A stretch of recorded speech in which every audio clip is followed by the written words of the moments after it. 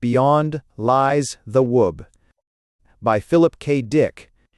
The slovenly wub might well have said, "Many men talk like philosophers and live like fools." They had almost finished with the loading. Outside stood the Optus, his arms folded, his face sunk in gloom.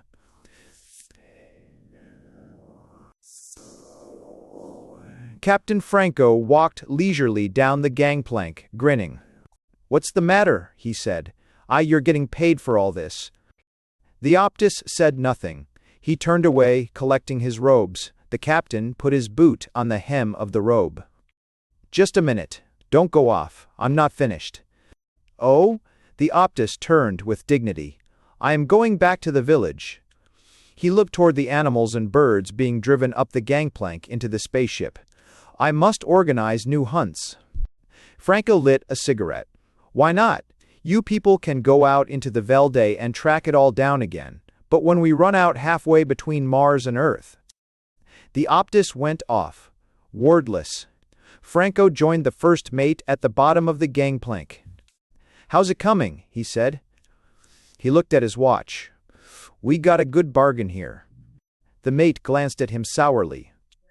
"How do you explain that?" "What's the matter with you? We need it more than they do." "I'll see you later, Captain." The mate threaded his way up the plank, between the long-legged Martian go-birds, into the ship. Franco watched him disappear. He was just starting up after him, up the plank toward the port, when he saw Ida. My God! He stood staring, his hands on his hips. Peterson was walking along the path, his face red, leading Itstring by a string. "I'm sorry, Captain," he said, tugging at the string. Franco walked toward him. "What is it?" The wub stood sagging, its great body settling slowly. It was sitting down, its eyes half shut. A few flies buzzed about its flank, and it switched its tail. It sat. There was silence. "It's a wub," Peterson said. "I got it from a native for 50 cents. He said it was a very unusual animal, very respected." "This?" Franco poked the great sloping side of the wub. "It's a pig. A huge, dirty pig." "Yes, sir, it's a pig. The natives call it a wub." "A huge pig. It must weigh 400 pounds. Franco grabbed a tuft of the rough hair. The wub gasped. Its eyes opened, small and moist. A tear rolled down the wub's cheek and splashed on the floor. "Maybe it's good to eat," Peterson said nervously. "We'll soon find out," Franco said. "Askamedia. HW used to say." The wub survived the takeoff, sound asleep in the hold of the ship. When they were out in space and everything was running smoothly, Captain Franco bade his men fetch the wub upstairs so that he might perceive what manner of beast it was. The wub grunted and wheezed, squeezing up the passageway. "Come on," Jones grated, pulling at the rope. The wub twisted, rubbing its skin off on the smooth chrome walls. It burst into the anteroom, tumbling down in a heap. The men leaped up. "Good Lord," French said. "What is it?" "Peterson says it's a wub," Jones said. It belongs to him." He kicked at the wub. The wub stood up unsteadily, panting. "What's the matter with it?" French came over. Is it going to be sick?" They watched. The wub rolled its eyes mournfully. It gazed around at the men. "I think it's thirsty," Peterson said. He went to get some water. French shook his head. "No wonder we had so much trouble taking off. I had to reset all my ballast calculations." Peterson came back with the water. The wub began to lap gratefully, splashing the men. Captain Franco appeared at the door. "Let's have a look at it." He advanced, squinting critically.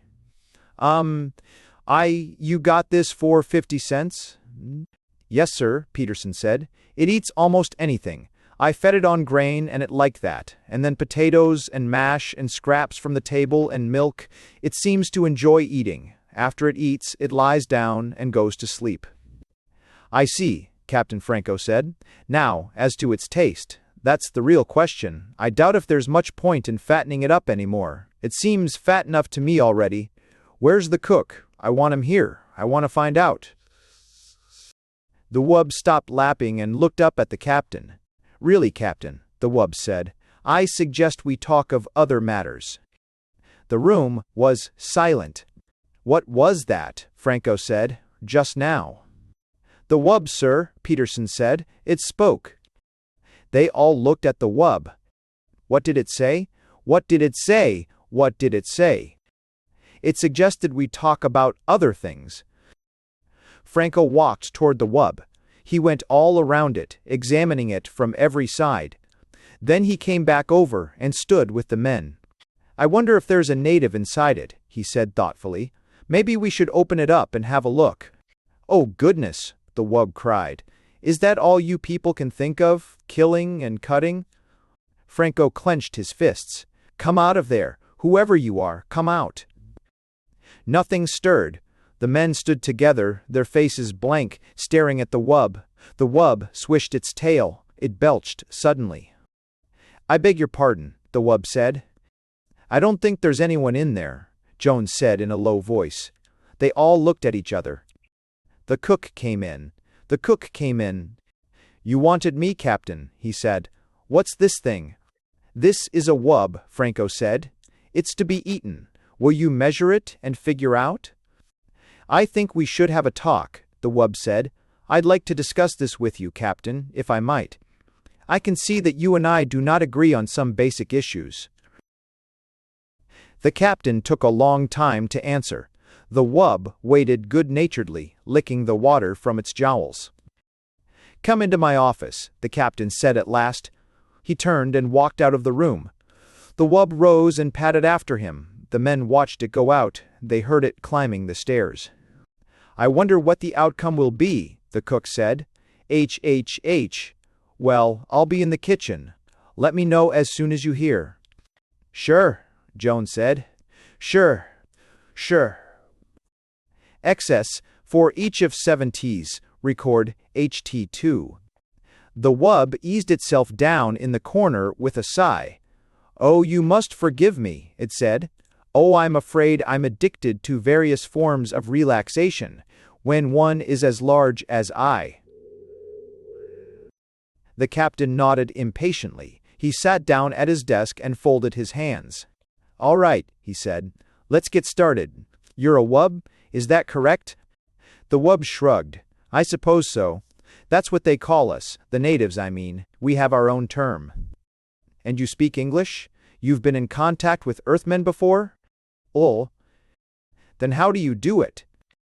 Speak English? Am I speaking English? I'm not conscious of speaking anything in particular. I examined your mind. My mind? I studied the contents, especially the semantic warehouse, as I refer to it. I see, the captain said. Telepathy. Of course. We are a very old race, the wub said.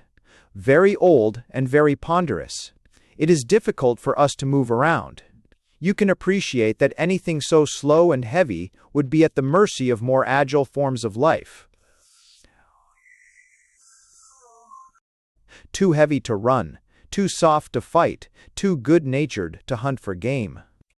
How do you live? Plants, vegetables. We can eat almost anything. We're very Catholic, tolerant, eclectic, Catholic. We live and let live. That's how we've gotten along. The wub eyed the captain. And that's why I so violently objected to this business about having me boiled. I could see the image in your mind. Most of me in the frozen food locker, some of me in the kettle, a bit for your pet cat. So you read minds? The captain said. How interesting. Anything else? I mean, what else can you do along those lines? A few odds and ends, the wub said absently, staring around the room. A nice apartment you have here, Captain. You keep it quite neat. I respect life forms that are tidy. Some Martian birds are quite tidy. They throw things out of their nests and sweep them. Indeed, the captain nodded. But to get back to the problem. Quite so. You spoke of dining on me. The taste, I am told, is good. a little fatty but tender. But how can any lasting contact be established between your people and mine if you resort to such barbaric attitudes? Eat me? Rather, you should discuss questions with me, philosophy, the arts. The captain stood up. Philosophy. It might interest you to know that we will be hard put to find something to eat for the next month. An unfortunate spoilage. I know. The wub nodded.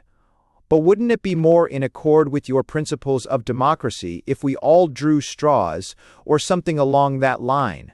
After all, democracy is to protect the minority from just such infringements. Now, if each of us casts one vote... The captain walked to the door. Nuts to you, he said. He opened the door. He opened his mouth.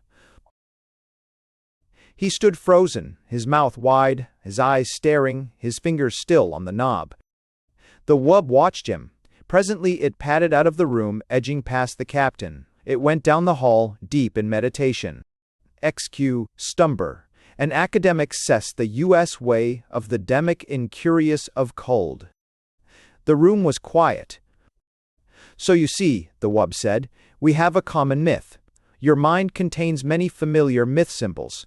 Ishtar, Odysseus. Peterson sat silently, staring at the floor. He shifted in his chair.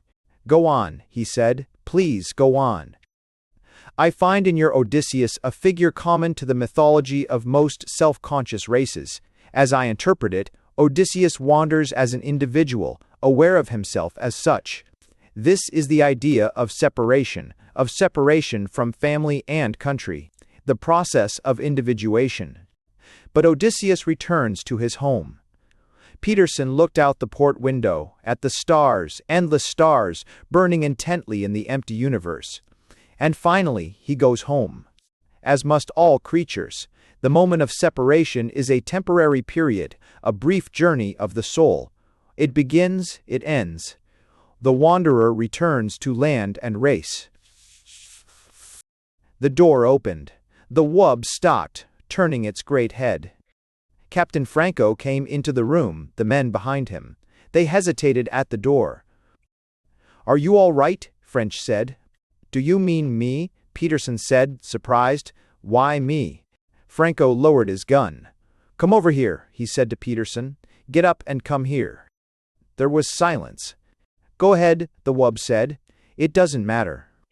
Peterson stood up. What for? What for? It's an order. Peterson walked to the door. French caught his arm. What's going on? Peterson wrenched loose. What's the matter with you? Captain Franco moved toward the wub. The wub looked up from where it lay in the corner, pressed against the wall. It is interesting, the wub said, that you are obsessed with the idea of eating me. I wonder why. Get up, Franco said.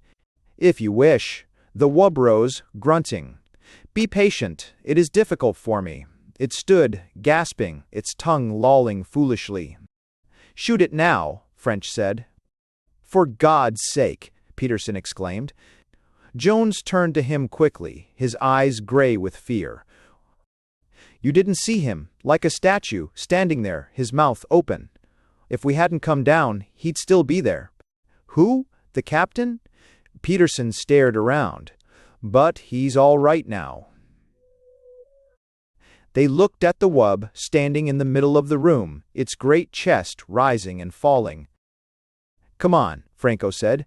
Out of the way. The men pulled aside toward the door. You are quite afraid, aren't you? The wub said. Have I done anything to you? I am against the idea of hurting. All I have done is try to protect myself. Can you expect me to rush eagerly to my death? I am a sensible being like yourselves. I was curious to see your ship, learn about you. I suggested to the native. The gun jerked. See? Franco said. I thought so. I thought so. The wub settled down, panting. It put its paw out, pulling its tail around it. It is very warm, the wub said. I understand that we are close to the jets, atomic power. You have done many wonderful things with it. Technically, apparently, your scientific hierarchy is not equipped to solve moral, ethical. Franco turned to the men, crowding behind him, wide-eyed, silent. "I'll do it. You can watch." French nodded. "Cry to hit the brain. It's no good for eating. Don't hit the chest. If the rib cage shatters, we'll have to pick bones out." "Listen," Peterson said, licking his lips. "Has it done anything? What harm has it done? I'm asking you. And anyhow, it's still mine. You have no right to shoot it. It doesn't belong to you." Franco raised his gun. "I'm going out," Jones said, his face white and sick. "I don't want to see it." "Me too," French said. The men straggled out, murmuring. Peterson lingered at the door. "It was talking to me about myths," he said. "It wouldn't hurt anyone." He went outside. Franco walked toward the wub. The wub looked up slowly. It swallowed. "A very foolish thing," it said. "I am sorry that you want to do it. There was a parable that your savior related." It stopped, staring at the gun. "Can you look me in the eye and do it?" the wub said. "Higher, can you do that?" The captain gazed down. "I can look you in the eye," he said. "Back on the farm, we had hogs, dirty razorback hogs. I can do it." Staring down at the wub into the gleaming, moist eyes, he pressed the trigger. Extra high C. Over also needed as needed. The taste was excellent. They sat glumly around the table, some of them hardly eating at all. The only one who seemed to be enjoying himself was Captain Franco. "More?" he said, looking around. "More, and some wine, perhaps." "Not me," French said. "I think I'll go back to the chart room." "Me too." Jones stood up, pushing his chair back. "I'll see you later." The captain watched them go. Some of the others excused themselves. "What do you suppose the matter is?" the captain said. He turned to Peterson.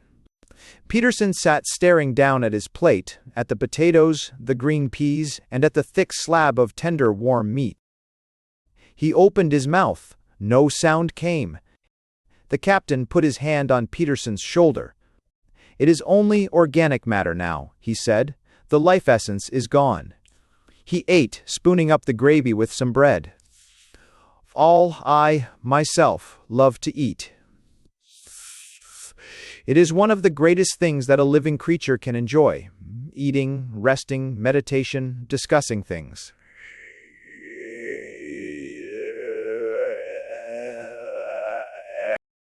Peterson nodded.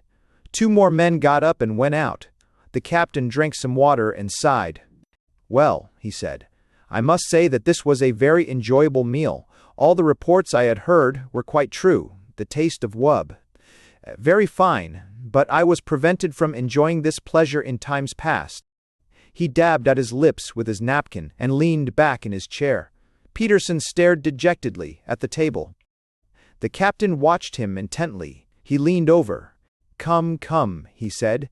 "Cheer up. Let's discuss things." He smiled. "As I was saying before, I was interrupted. The role of Odysseus in the myths." Peterson jerked up, staring. "To go on," the captain said. "Odysseus, as I understand him." Transcriber's note. This e-text was produced from Planet Stories, Stations, July, 1952. Extensive research did not uncover any evidence that the U.S. copyright on this publication was renewed. Minor spelling and typographical errors have been corrected without note. Thanks for listening to Beyond Lies the Wub by Philip Kindred Dick.